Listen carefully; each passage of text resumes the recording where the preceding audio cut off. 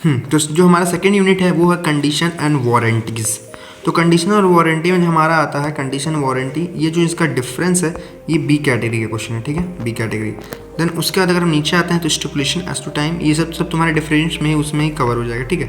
तो ये सब कुछ नीचे आते जो नीचे आते, फिर देखो ये जो कंडीशन वारंटी है यही मैं इसी की बात कर रहा था, ये तुम्हारा बी कैटेगरी का क्वेश्चन बनेगा, ठीक है।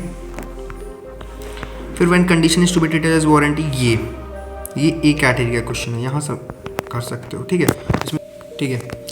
उसके बाद एक्सप्रेशन इम्प्लाइड कंडीशन, तो ये भी तुम्हारा ए कैटेगरी का क्वेश्चन है, ये जो तुम्हारे 7 पॉइंट है यहाँ से तुम्हारा ये सब ए कैटेगरी का क्वेश्चन है, ठीक है, ए प्लस कर सकते हो। अब देखो यहाँ पे तुम्हारी ये पूरा थियरी भी उठ के आ सकता है या फिर एक पर्टिकुलर टॉपिक से तुम्हारा केस बेस्ड, लेकिन यहाँ से इतना मान के चलो ये क्वेश्चन पक्का इस टॉपिक से मिलेगा तुम्हें, ठीक।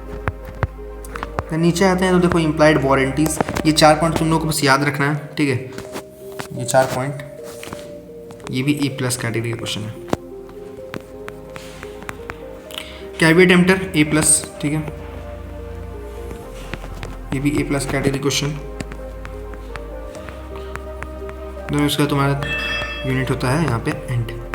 बस बढ़ते हैं नेक्स्ट यूनिट की तरफ। हाँ, तो देखो ये है हमारा यूनिट 3। अब यूनिट 3 का नाम है transfer of ownership and delivery of goods. तो यहाँ से सबसे पहले डिस्कस कर लेते हैं। तो इधर कुछ नहीं है, पासिंग ऑफ प्रॉपर्टी। देखो ये तुम्हारा सी कैटेगरी क्वेश्चन बनता है, ठीक है, ये तुम्हारा सी कैटेगरी क्वेश्चन है, पासिंग ऑफ प्रॉपर्टी, ठीक है।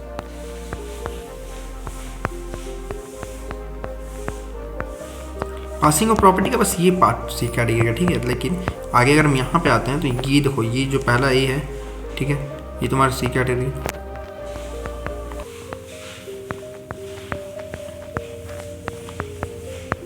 अनएज सर्टेन गुड्स तुम्हारा हो सकता है, ये तुम्हारा बी कैटेगरी में आएगा, ठीक है। गुड्स सेंट ऑन अप्रूवल, ये तुम्हारा ए कैटेगरी का क्वेश्चन है, बाबू समझ लो, ठीक है। उसके बाद ये जो नीचे वाला है ये भी ई प्लस है, ठीक है, ये सब आएगा क्वेश्चन। तो इसका reservation of right of disposal, ये भी ई कैटेगरी का क्वेश्चन है। ये सब कुछ उसमें कवर होता है। ये रिस्क प्राइमा फेशिया जो कि सेक्शन 26 है, ये भी तुम्हारा ई प्लस का है, ठीक है, E plus category. Transfer of title by non owners, तो ये तुम्हारा ए कर सकते हो, ए या बी लेके चल सकते हो, ठीक है।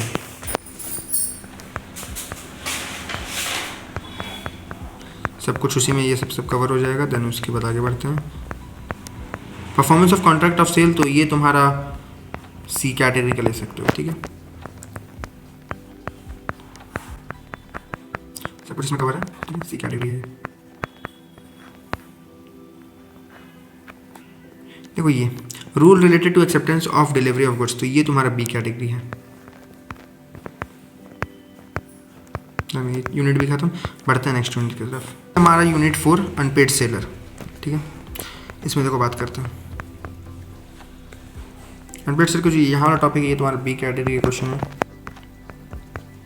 राइट ऑफ अनपेड सेलर, ये तुम्हारा प्योर ए कैटेगरी है, ठीक है। राइट्स आगे जो भी हम पढ़ने वाले हैं, राइट्स ड्यूटीज़। देखो अनपेड सेलर राइट्स, ठीक है, 3 राइट होते हैं। अब इसे यहाँ पे पूरे अच्छे से डिस्कस किया गया है। देखो यहाँ पे गुड्स के अगेंस्ट, तो सबसे पहले क्या रहता है, 2 चीज़ के अगेंस्ट रहता है राइट, किसी भी सेलर का 2 चीज़ के अगेंस्ट, गुड्स के अगेंस्ट और बायर के अगेंस्ट राइट। तो पहला गुड्स के अगेंस्ट है, सेलर लीन कर सकता है राइट को, ये ए कैटेगरी है, ये पूरा ए कैटेगरी है, ठीक है। Right of stoppage in transit, और इसमें से ये मान के चलो तुम्हारा डायरेक्ट क्वेश्चन नहीं आएगा, यहाँ से तुम्हारा प्रैक्टिकल क्वेश्चन आएगा, ठीक है, केस बेस्ड क्वेश्चन। आगे देन बढ़ते हैं। ये जो डिफरेंस है ये सी कैटेगरी का क्वेश्चन है, ठीक है। एक्सेप्शंस भी सी कैटेगरी, ठीक है। राइट ऑफ अनपेड सेलर, ये तुम्हारा ए कैटेगरी। रेमेडीज, ये भी तुम्हारा बी कैटेगरी में आएगा, ठीक है, रेमेडीज। राइट्स ऑफ बायर, ये तुम्हारा बी कैटेगरी, बी या ए दोनों तुम लेकर चल सकते हो, ठीक है। ऑक्शन सेल, ये तुम्हारा बी कैटेगरी का क्वेश्चन है, बी या सी में से कवर कर लो, ठीक है। इनकल्जन ऑफ इंक्रीज और डिक्रीज टैक्स, ये बी और सी, ठीक है। चैप्टर खत्म। अगर तुम लोग बोलोगे तो इस चैप्टर का हम वो कर सकते हैं, लाइक इस चैप्टर का रिवीजन पूरा कर सकते हैं सेल्स ऑफ गुड्स एक्ट का बहुत ही छोटे समय में। तो अगर तुम लोग हो अगर बोलोगे कमेंट डाउन करोगे तो करेंगे।